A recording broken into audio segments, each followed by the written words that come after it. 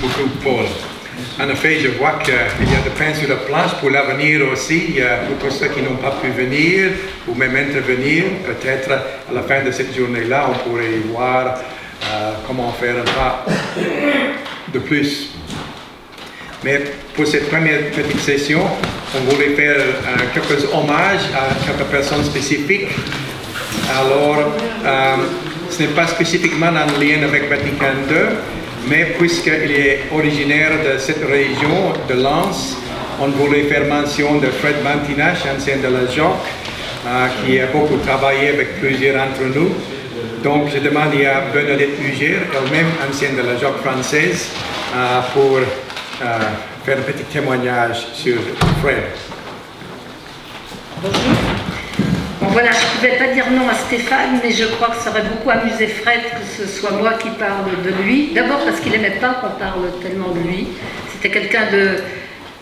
Il parlait beaucoup, mais il était très réservé quant à sa vie personnelle et familiale. Et puis c'était encore une époque où les mouvements garçons et filles étaient très séparés. D'ailleurs, il en reste quelque chose, hein, parce que les femmes, on est un peu minoritaires.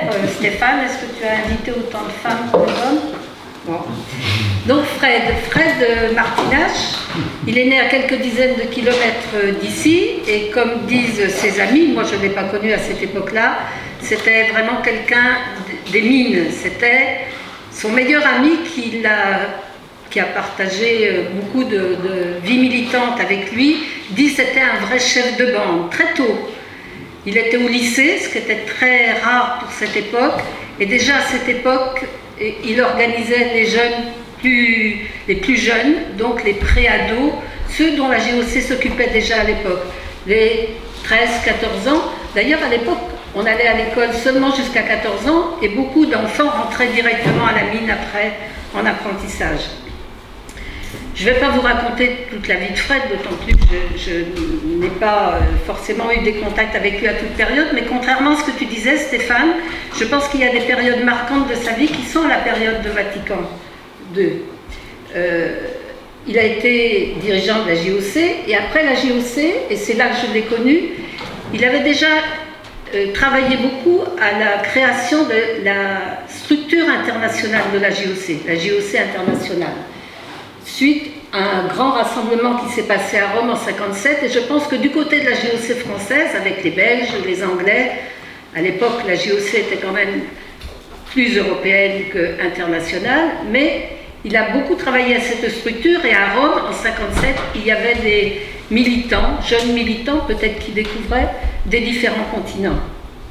Après sa vie de permanent, il a monté une structure qui a été très marquante dans le mouvement de la JOC, mais au-delà, qu'on appelle habituellement le Centre de Nogent, Centre de formation et d'échanges internationaux. Il faut se situer à l'époque, c'était dans les années 60, la dimension internationale, elle existait pour les jeunes de la JOC par l'immigration, hein, les contacts dans les mines du Nord, il y avait des gens de beaucoup de pays, mais les jeunes ne voyageaient pas beaucoup, donc ils n'avaient pas tellement l'occasion de rencontrer une dimension. Et moi j'ai connu, je n'y étais pas à Rome, mais j'ai connu des gars et des filles qui étaient, et ils en parlent comme d'un événement, rien que le fait d'aller à Rome.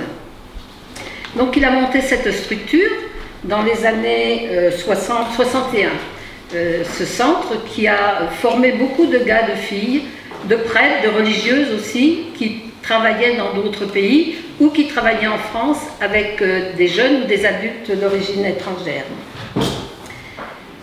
Ça c'est donc juste avant Vatican II. Il a passé au centre de Nogent 3 ou 4 années, le temps de la mise en route. C'est vraiment lui qui a été le premier directeur et qui a mis l'ensemble des activités en route.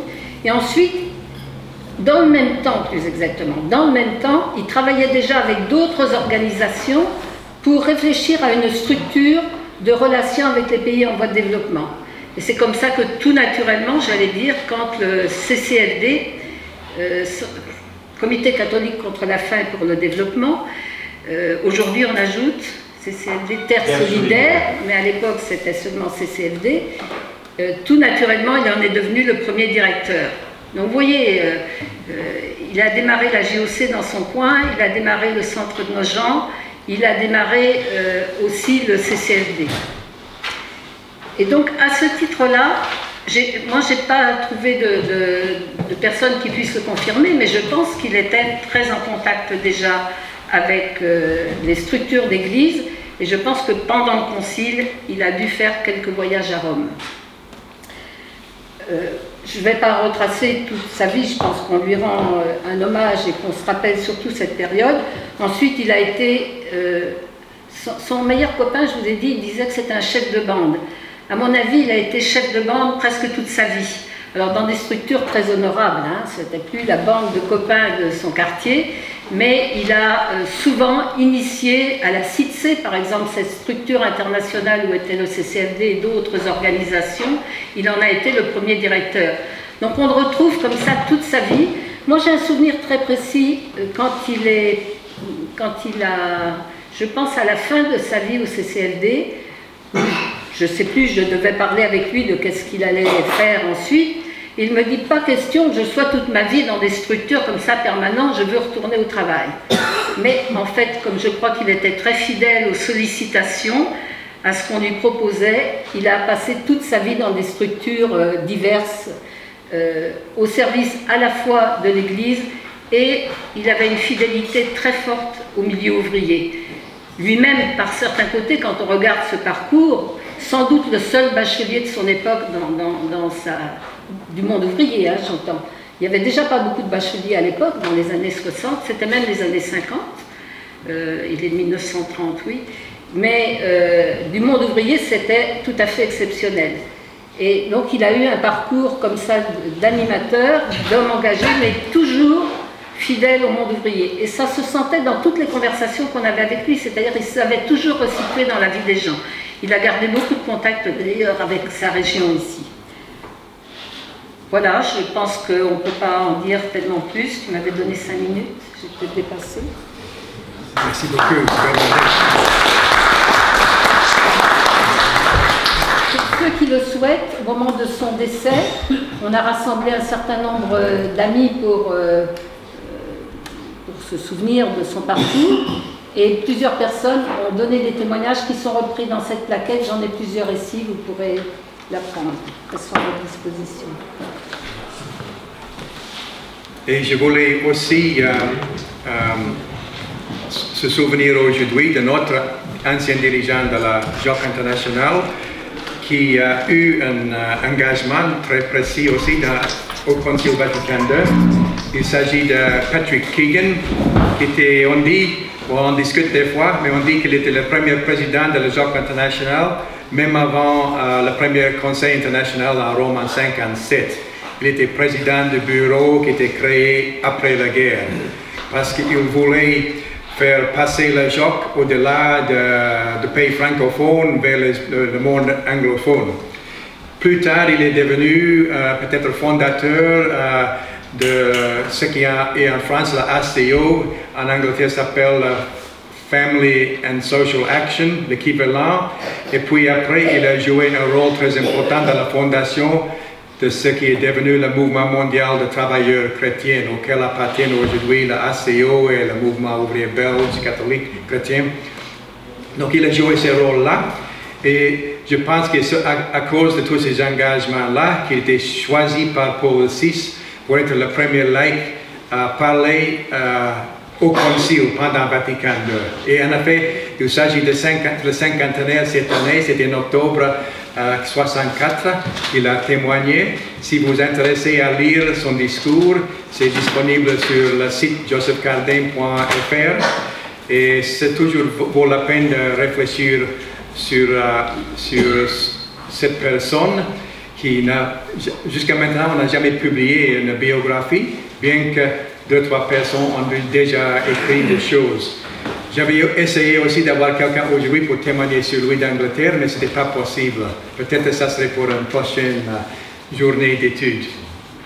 Voilà, Patrick Keegan, je vous signale aussi, parce qu'il est là dans la photo, à côté de Cardin, au milieu, Patrick Keegan.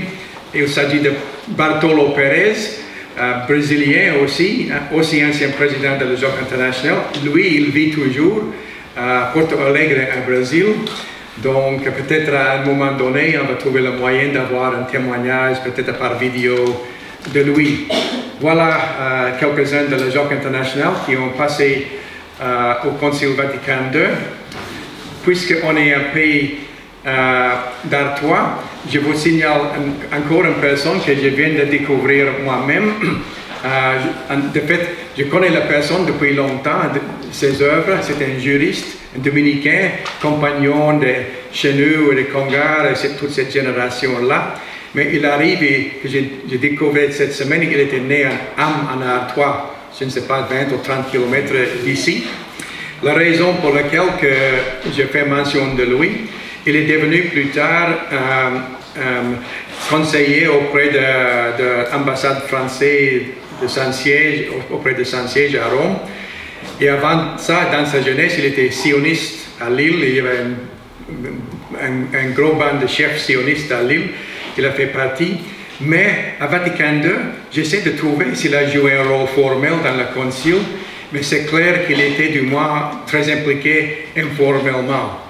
Et je viens de lire un article cette semaine où le chercheur dit que le concept de bien commun en Gaudium Spes est très proche du concept de bien commun que lui il a professé, quoi.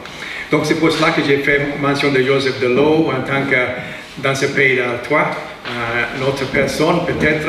Si on arrive à motiver une prochaine génération d'étudiants, il y a beaucoup de choses encore à découvrir sur le concile. Voilà pour la petite session d'hommage. Maintenant, on peut prendre une minute de pause et puis je vais passer à Jean-Marie Dumotier qui va présider des sessions. On va avoir 3 intervenants qui vont nous faire la présentation de ce matin. Donc, on arrête pour 1 minute, pas plus.